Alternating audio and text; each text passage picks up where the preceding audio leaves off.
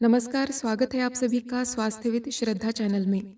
सबसे पहले आप सभी को 7वें अंतर्राष्ट्रीय योग दिवस की बहुत-बहुत शुभकामनाएँ।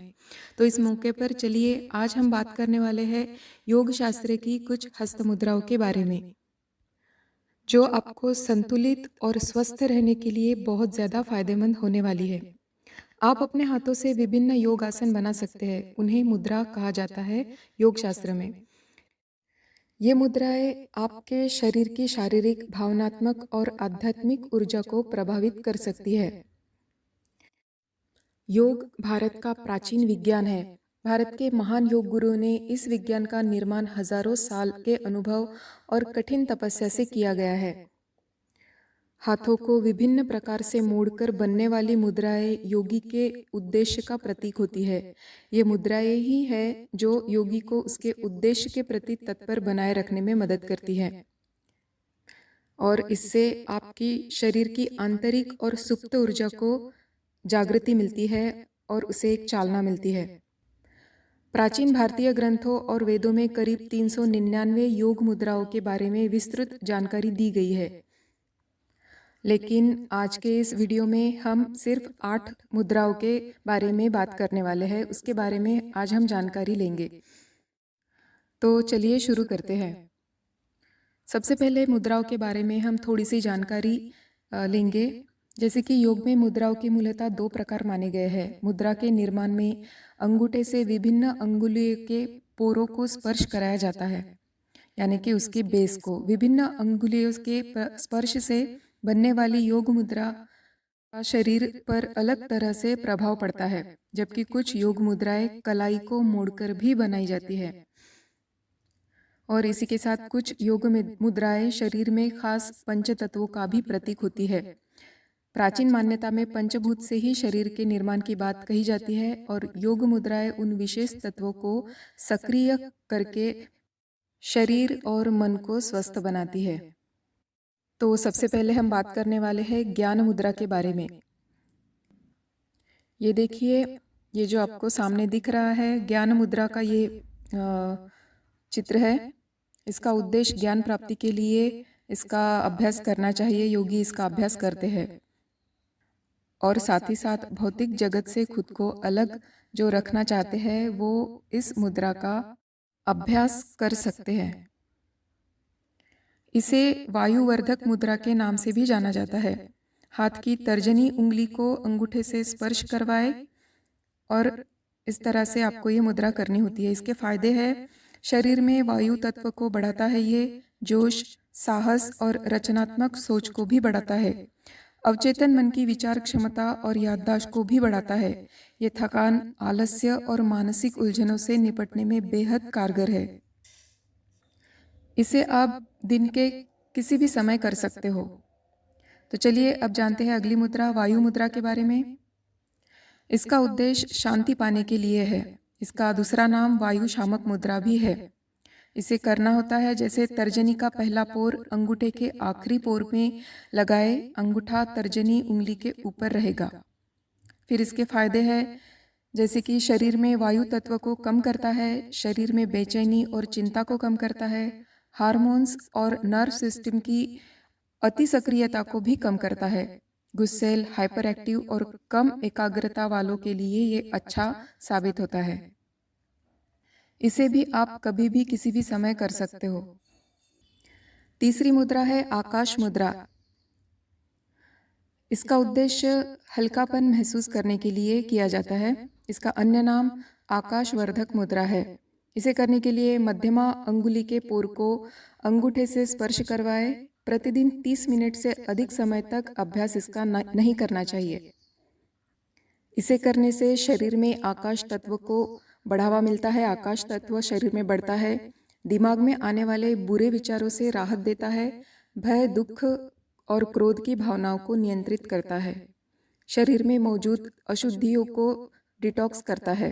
कब्ज और पाचन संबंधी समस्या वाले लोगों को ये विशेष लाभदायक है।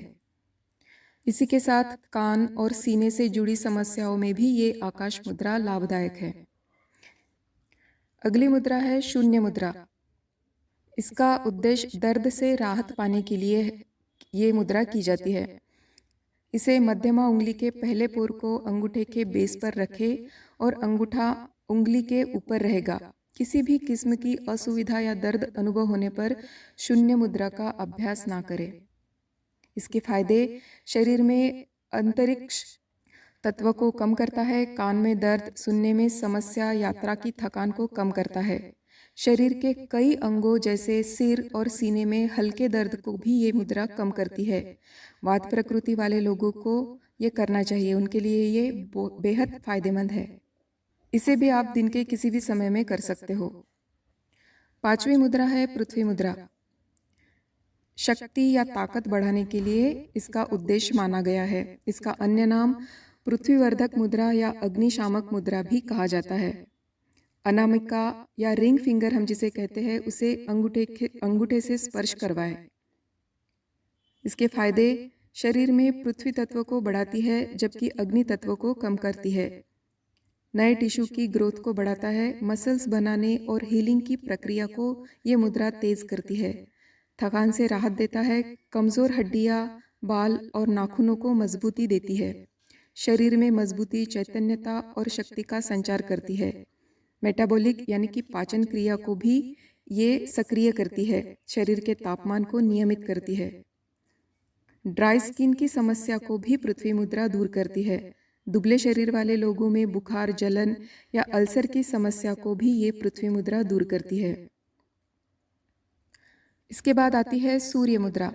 इसका उद्देश्य है वेट लॉस करने के लिए, जो आजकल बहुत लोगों की समस्या हो गई है। इसका अन्य नाम पृथ्वी शामक मुद्रा या अग्निवर्धक मुद्रा भी कहा जाता है।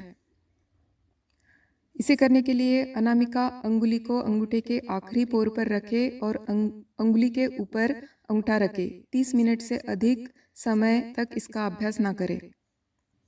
इसे करने से शरीर में अग्नि तत्व को बढ़ावा मिलता है जबकि पृथ्वी तत्व को कम करती है।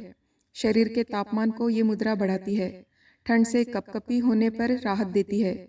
लो थायराइड की समस्या वाले लोगों के लिए ये बेस्ट है। वेट लॉस, अपच, कब्ज या भूख न लगने की जिन लोगों को समस्या होती है, ये मुद्रा करने से उन्हें काफ़ी राहत मिल सकती है।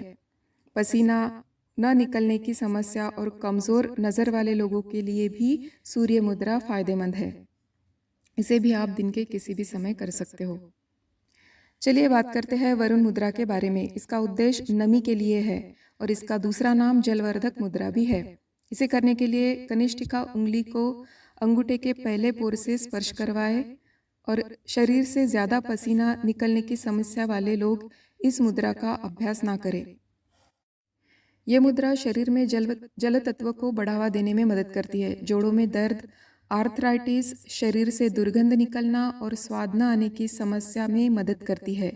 हार्मोन्स की कमी होने या डिहाइड्रेशन की समस्या होने पर राहत देती है।